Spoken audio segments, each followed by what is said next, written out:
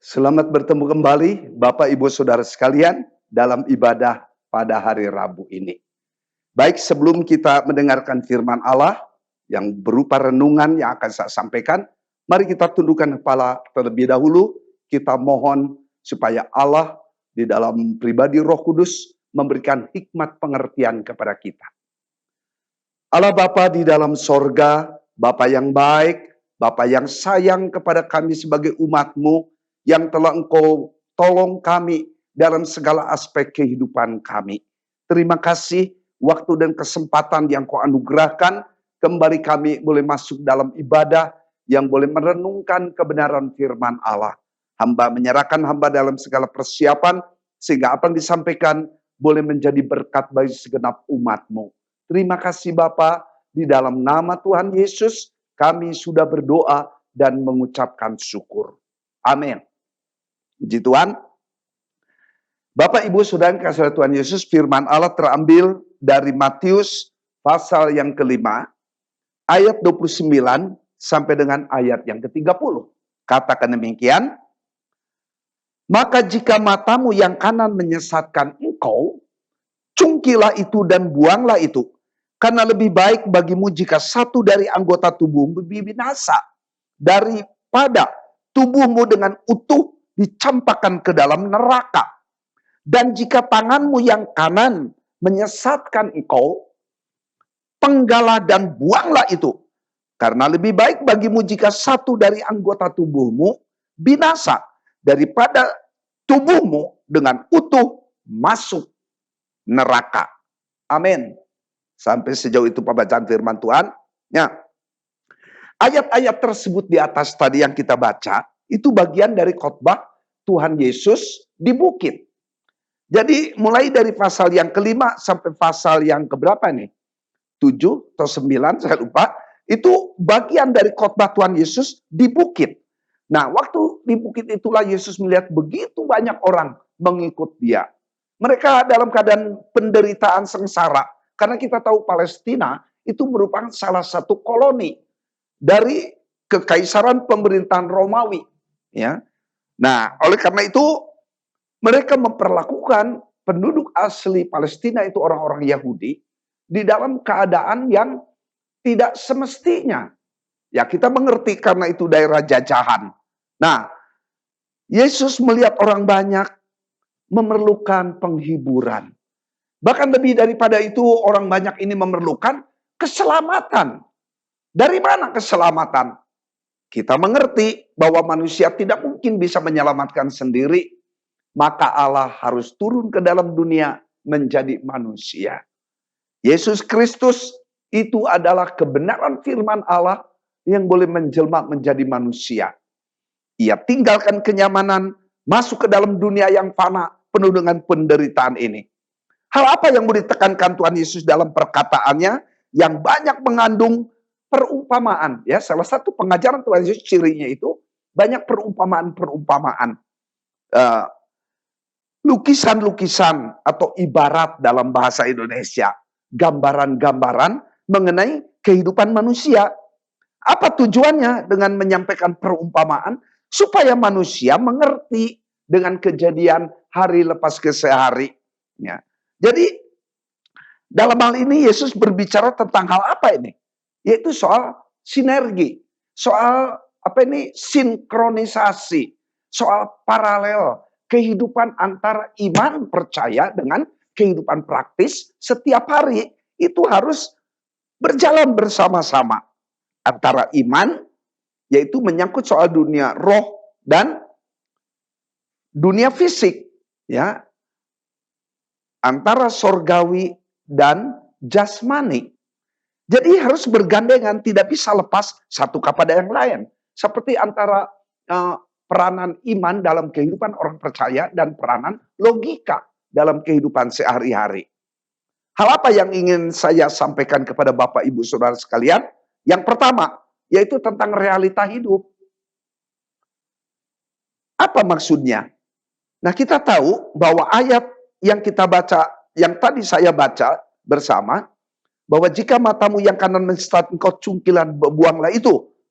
Lebih baik bagimu jika satu anggota tubuh binasa, daripada tubuhmu dengan utuh campakkan ke dalam neraka. Apa ini artinya? Kalau ini diartikan secara harafiah atau hurufiah, secara nyata, ini berbahaya. Kenapa berbahaya?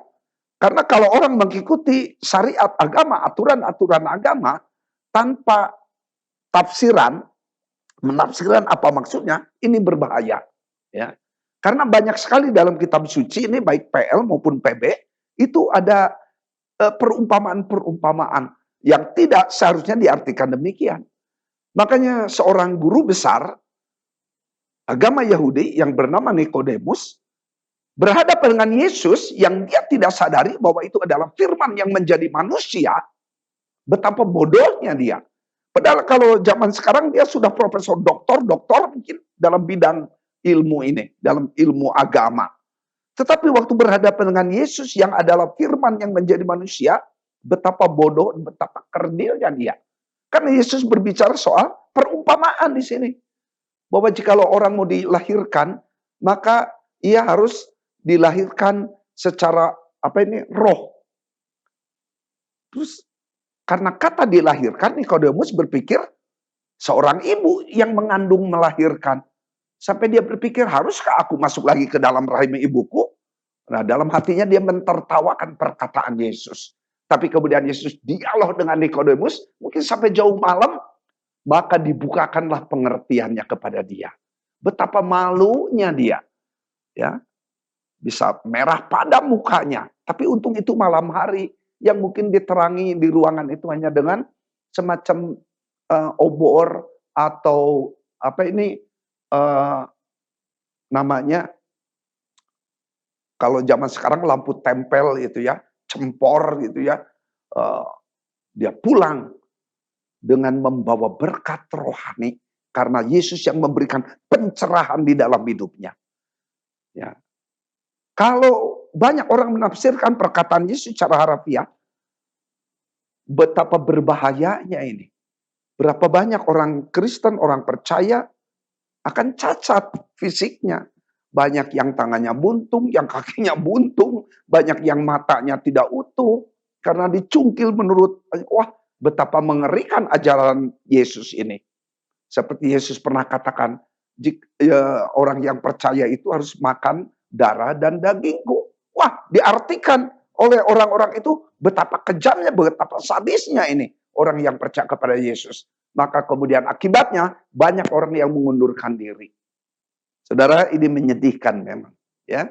Oleh karena itu, firman Tuhan memang perlu kita tafsirkan. Walaupun itu akhirnya boleh menjadi rema bagi hidup kita.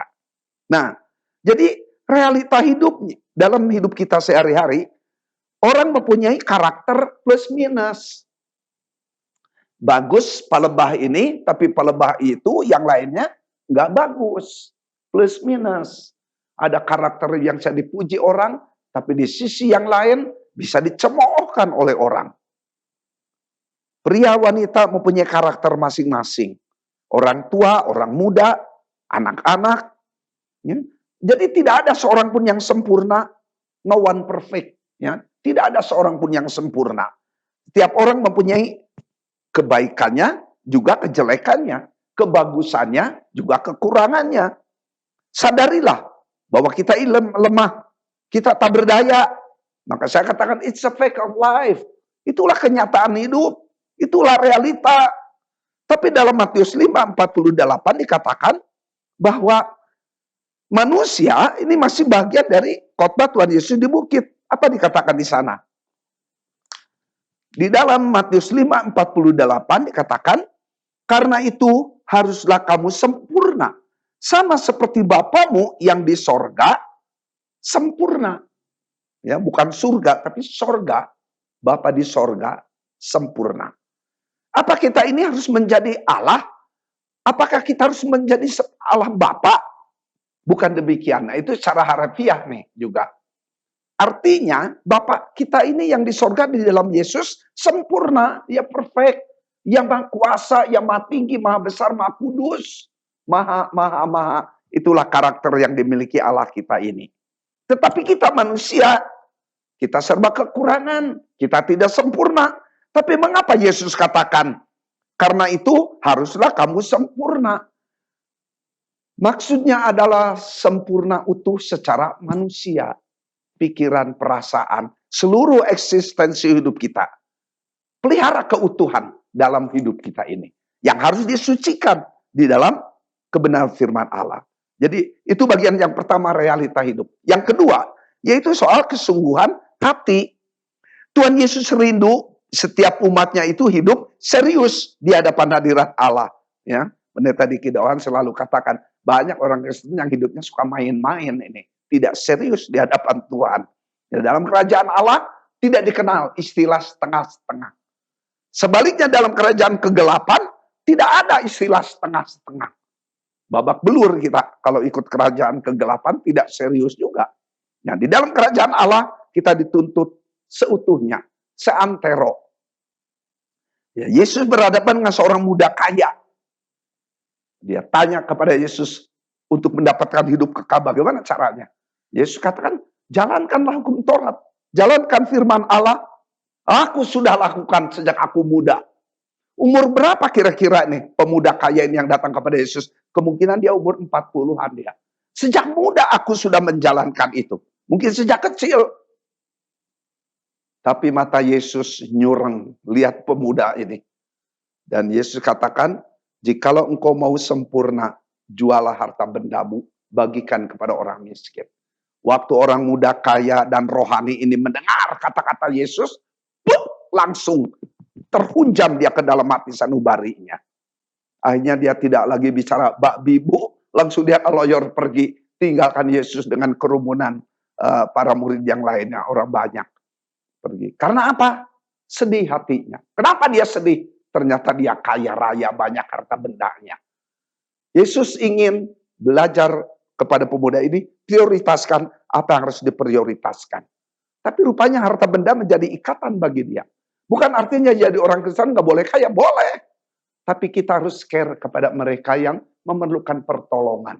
Dukungan doa atau materi juga.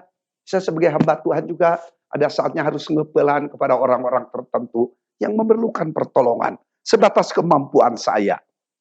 Ya, oleh karena itu, Yesus berhadapan dengan berbagai macam lapisan orang. Tapi Yesus rindu supaya tiap orang percaya di dalam Yesus hidup serius di hadapan Tuhan. Para istri, suami, orang tua, anak-anak dalam keluarga serius di hadapan Tuhan. Tidak main-main dengan hidup rohani kita ini. Nah, di dalam Matius 25 ayat 1 sampai 13, Yesus berbicara tentang dua macam. Ini juga perumpamaan. Gadis yang bijaksana, gadis yang pintar, dengan gadis yang bodoh, bin blow on. Ini gadis ini 10-10-nya ini gadis ini tidur. Tetapi 5 tidak serius dalam hidupnya ini. Ia tidak perlu menyediakan minyak cadangan atau apapun. Tetapi yang 5 itu bijaksana dia, pintar dia. Walaupun sama-sama tidur. Oleh karena itu, cilakalah dengan 5 gadis yang bodoh ini. Yang berikut, Matius 25 ayat 14 sampai 30, ada hamba yang serius, ada hamba yang tidak serius. Mana hamba yang tidak serius? Yang diberikan 1 talenta, tidak seriusnya di mana? Dia malas rupanya orangnya. Ya. Tidak mau memproses itu apa kepercayaan yang Allah berikan kepada dia. Dikuburnya talenta itu. Bagaimana bisa menghasilkan? Tapi lain dengan yang 5 talenta, lain dengan yang 2 talenta, itu hanya menghasilkan. Wah, si tuannya ini senang sekali melihat hamba yang rajin, yang sudah berusaha, ya, sekuat tenaga. Nah, saudara, kesungguhan hati diperlukan di dalam kerajaan Allah. Yang ketiga, yang terakhir, Roh Kudus. Setiap orang yang percaya kepada Yesus, maka di dalam dirinya, maka Holy Spirit dwell in him. Roh Kudus berkenan tinggal di dalam kehidupannya.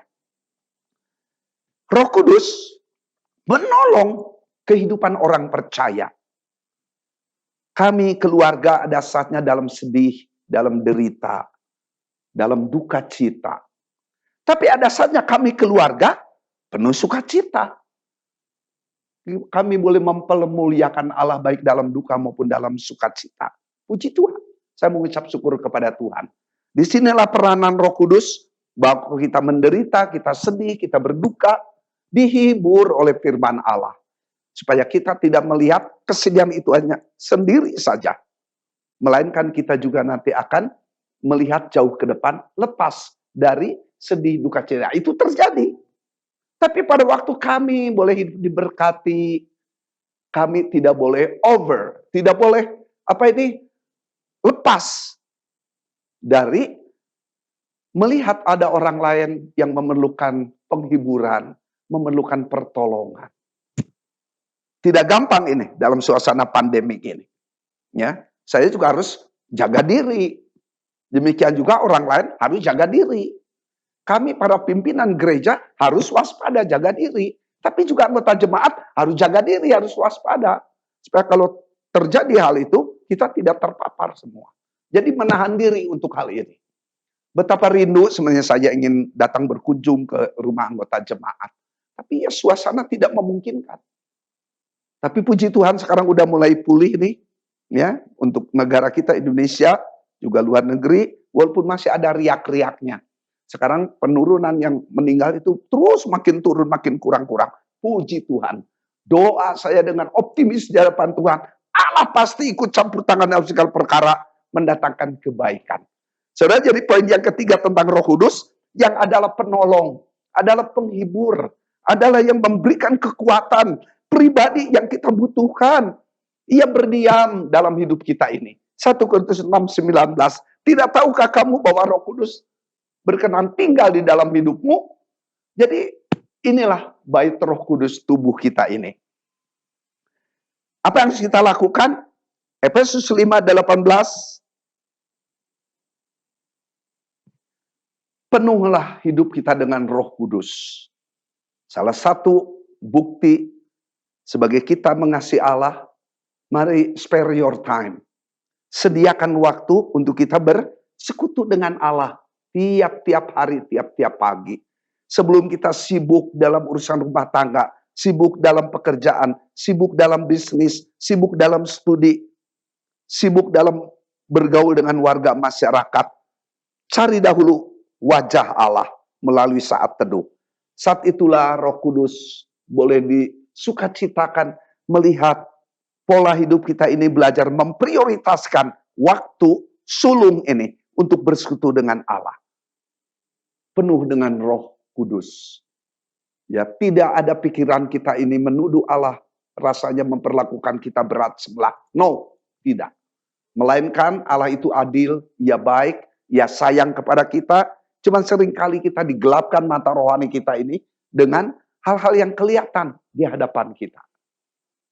Waspada, jangan kita menduka citakan Roh Kudus. Efesus 4 ayat 30. Ya, jangan menduka citakan Roh Kudus dengan cara hidup, kata-kata yang kita keluarkan. Sikap perilaku hidup kita ini. Jangan menduka citakan Roh Kudus. Karena kalau orang Kristen menduka citakan Roh Kudus, terus menduka citakan Roh Kudus, itu akan sampai kepada titik ia bisa apostasi, murtad di hadapan Tuhan. Dan itu ada di dalam surat Ibrani. Orang murtad itu akhirnya keluar dari kebenaran. Tadinya di sini dalam kebenaran, tapi karena satu hal, maka ia keluar dari kebenaran. Tidak boleh. Ya, kita orang Kristen tetap harus berjalan di dalam garis kehendak Allah. Sebagai penutup, keutuhan memerlukan kerjasama kedua belah pihak. Antara Allah dengan hidup orang percaya. Yang ilahi dengan yang insani. Hidup kita ini memerlukan kerjasama kedua belah pihak. Allah menghendaki keutuhan hidup kita di hadapan Tuhan. Ada keseimbangan, ada sinkronisasi, adanya sinergi, paralel. Supaya apa nih? Ya kita tidak fanatik buta. Berapa banyak orang fanatik buta sampai menghalalkan segala macam cara. Tidak. Kita orang Kristen, kalau kita belajar taat kepada perintah-perintah Tuhan, belajar hidup di dalam garis kehendak Allah, bukan kita fanatik, melainkan kita hidup rohani di hadapan Tuhan. jaga keutuhan hidup kita ini. Antara iman dan logika. Antara hal-hal perkara-perkara sorgawi dengan perkara-perkara duniawi. Ya, banyak perkara duniawi yang kita tidak bisa tinggalkan. Seorang suami, seorang kepala rumah tangga harus bertanggung jawab dengan istri anak-anak. Demikian juga istri harus bertanggung jawab kepada suami dan anak-anak. Anak-anak harus bertanggung jawab kepada orang tuanya. Mari kita jaga keutuhan hidup kita secara rohani maupun secara jasmani. Tuhan memberkati Bapak Ibu Saudara sekalian. Amin. Mari kita tundukkan kepala kita berdoa. Bapa di dalam sorga, terima kasih untuk waktu dan kesempatan kembali kami mendapatkan kebenaran firman Allah, di mana firman Allah rindu kami menjaga keutuhan kami di hadapan Tuhan, antara iman dan logika, antara kehidupan hari lepas ke hari, dengan kami mempersiapkan apabila sekali waktu Tuhan panggil kami pulang ke rumah Bapa di sorga. Bapa dalam sorga, kami mengucap syukur bahwa Tuhan memberikan kepada kami tentang prinsip-prinsip hidup yang perlu kami jalankan. Oleh karena itu Tuhan, hamba bersyukur banyak kebenaran firman Allah yang berisi dengan perumpamaan, berisi dengan lukisan-lukisan, kiasan-kiasan. Tetapi di balik semuanya itu ada kehendak Allah supaya kami diberikan pengertian, diberikan hikmat oleh Tuhan. Sehingga kami boleh mendalami apa yang Allah rindukan dalam hidup kami, orang-orang percaya. Terima kasih untuk bapak-bapak, ibu-ibu, demikian juga anak-anak yang belajar hidup di dalam garis kehendak Allah, tidak menyimpang ke kiri atau ke kanan.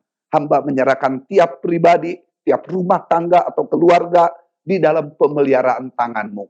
Tuhan juga memberkati para majelis, para pelayan, segenap anggota jemaat kami, pria wanita tua muda. Dalam nama Tuhan Yesus, hamba juga mohon pemulihan terus untuk bangsa dan negara kami, di bawah kepemimpinan Presiden Jokowi. Terima kasih Bapak, hamba menyerahkan untuk pimpinan gereja-gereja, interdenominasi apapun. Hamba percaya Tuhan yang boleh memberkati. Nama-Mu dipuji dan diagungkan. Demi nama Tuhan Yesus, kami sudah berdoa dan mengucapkan syukur. Kasih dari Allah Bapa, anugerah dari Tuhan Yesus Kristus, persekutuan dalam pribadi Roh Kudus, senantiasa menaungi memberkati Bapak Ibu Saudara sekalian, hari ini sampai Maranatha. Amin. Puji Tuhan. Sampai bertemu kembali di dalam ibadah yang akan datang. Tetap sehat, Tuhan memberkati. Amin.